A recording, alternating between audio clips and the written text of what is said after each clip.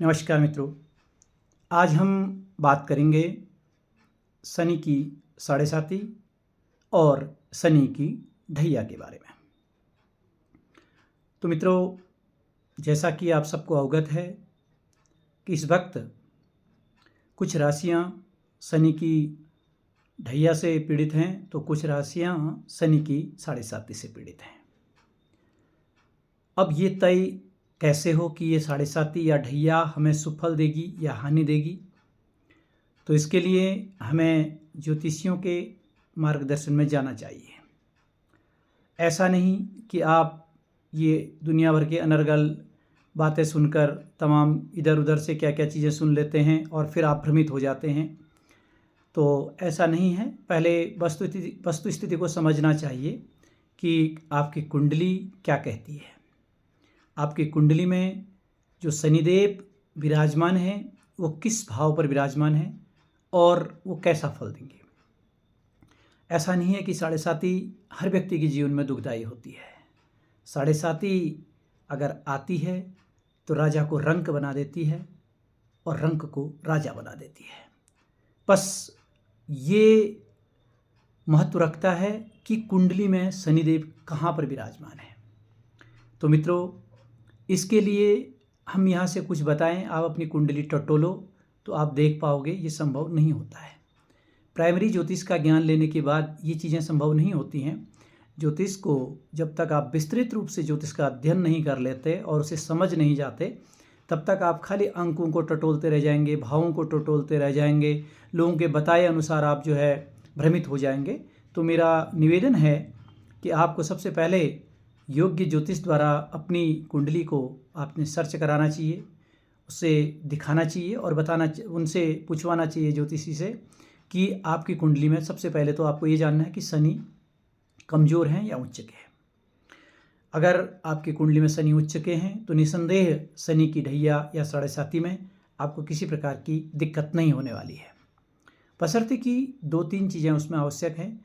एक तो आप धर्म के मार्ग पर रहें, धर्म के मार्ग को न त्यागें, अनैतिक कार्यों को न करें, क्योंकि शनि न्याय के देवता हैं। अगर आप शनि की साढ़े साती, शनि के ढैया में अगर आप सत्कर्म करते हैं और आपके ग्रह उच्च के हैं तो आपको शनि की साढ़े साती या ढैया बिल्कुल भी दिक्कत देने वाली नहीं है।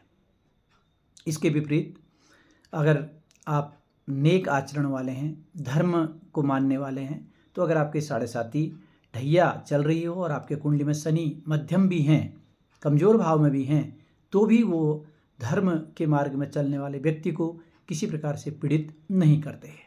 शनि न्याय के देवता हैं, शनि धर्म के देवता हैं। जो व्यक्ति धर्म के मार्ग में चलता है, ईश्वर के बताए हुए निर्देशन के अनुसार कार्यों को संचालित करता है, जीवों पर दया करता है, प्राणी मात्र पर दया करता है, तो ऐसे व्यक्ति की कुंडली में शनिदेव कभी भी उसे हानि नहीं पहुंचाते हैं। प्रायः ऐसा देखा गया है कि जो व्यक्ति दीन दुखियों की सेवा करते हैं, गरीबों की मदद करते हैं, ज़रूरतमंद को उनको सहायता प्रदान करते हैं, किसी को शिक्षा दान करते हैं, किसी की कन्याकुमारी के विवाह में अपना योगदान देते हैं, किसी बीमारी को ठीक करने में अपना योगदान देते हैं, धर्मशालाएं इत्यादि निर्माण में अपना योगदान देते हैं, यज्ञादि में अपना योगदान देते हैं, तो जो व्यक्ति धर्म को करता है, धर्मेण हन्यतो व्याधि धर्मेण हन्यतो ग्रहा धर्मेण हन्यतो शत्रु यताय धर्म तताय जय। जहाँ धर्म है वहाँ जय है। तो मित्रों, जो व्यक्ति धर्म के मार्ग में चलता है तो उसे शनि कदाचित पीड़ा नहीं पहुँचाते हैं। शनिदेव लग्न स्थान, चतुर्थ स्थान, पंचम स्थान, अष्टम स्थान और द्वादश स्थान पर खराब फल देते हैं अगर इन जगहों पर वो विराजमान रहते हैं। तो अगर शनि उच्च भाव पर बैठे हैं, तृतीय स्थान है उनका, छठा स्थान है, सप्तम भाव में गृहस्थ जीवन के लिए ठीक नहीं माने जाते हैं। बाकी करियर, कार्य क्षेत्र, खासतौर पर लोहा लक्कर, कलपुर्जा, मशीनरी, टेक्निकल वाहन आदि इन पक्षों के लिए अच्छे माने जाते हैं। अष्टम स्थान में कमजोर फल देते हैं। धर्म स्थान में शनि अच्छा फल देते हैं, धर्म की रक्षा में योगदान देते हैं। सन्यासी का जैसा स्वभाव व्यक्ति के अंदर रहता है। दसम स्थान, एकादश स्थान तो उनका अपना स्थान है। 12वें घर में व्यय यानी खर्च स्थान माना जाता है 12वां। तो इस प्रकार से शनि लाभ या हानि देते हैं। अब यहाँ पर भी ये दिखता है कि उनका बलाबल कितना है और वो वक्री हैं या मार्गी हैं, और यहाँ पर किस अंक के साथ विराजमान है और कौन से भाव से दृष्टिगत है। ये कई चीज़ें और भी ध्यान में रखने की होती है। मैंने जैसे आपको अंकों में बता दिया, तो इससे ये फैसला आप नहीं कर सकते हैं। तो पहले तो मेरा सुझाव रहेगा कि आप जो है योग्य ज्योतिषी को अपनी जन्मपत्रिका दिखा के ये क्लियर कर लीजिएगा कि शनि आपको कैसे फल देने वाले हैं। उसके बाद आप दूसरा काम कि आप धर्म के मार्ग में चलें। तीसरा कि आप जो है 41 शनिवार तक, जिन लोगों में भी 7.5 चल रही है या ढैया चल रही है, 41 शनिवार तक लगातार पीपल के जड़ में जलाभिषेक करें। ओम संग शनैश्चराय नमः इस मंत्र का जाप करें। और ऐसा भी कर सकते हैं कि जैसे लोहे की कढ़ाई लाकर उसमें तेल डाल के अपना उसमें मुंह देखने के बाद, अपनी छाया देखने के बाद उसे जो है पीपल के पेड़ के जड़ में रख के आएँ, उसमें चतुर्मुखी दीपक जला के आएँ, या फिर किसी शनि दान लेने वाले व्यक्ति को वह दान कर सकते हैं काला कपड़ा खिचड़ी के साथ, ऐसा भी आप कर सकते हैं। ओम संग शनैश्चराय नमः इस मंत्र का जाप कर सकते हैं।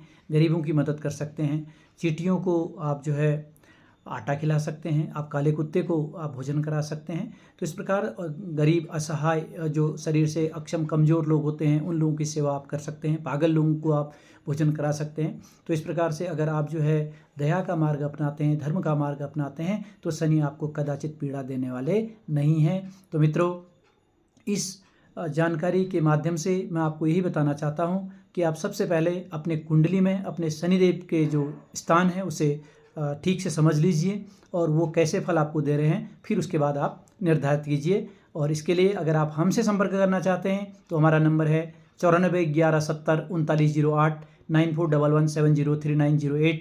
आप इस नंबर पर व्हाट्सअप कर सकते हैं और हमारे निर्देशन में चलने के बाद अपनी कुंडली हमें दिखा सकते हैं। धन्यवाद।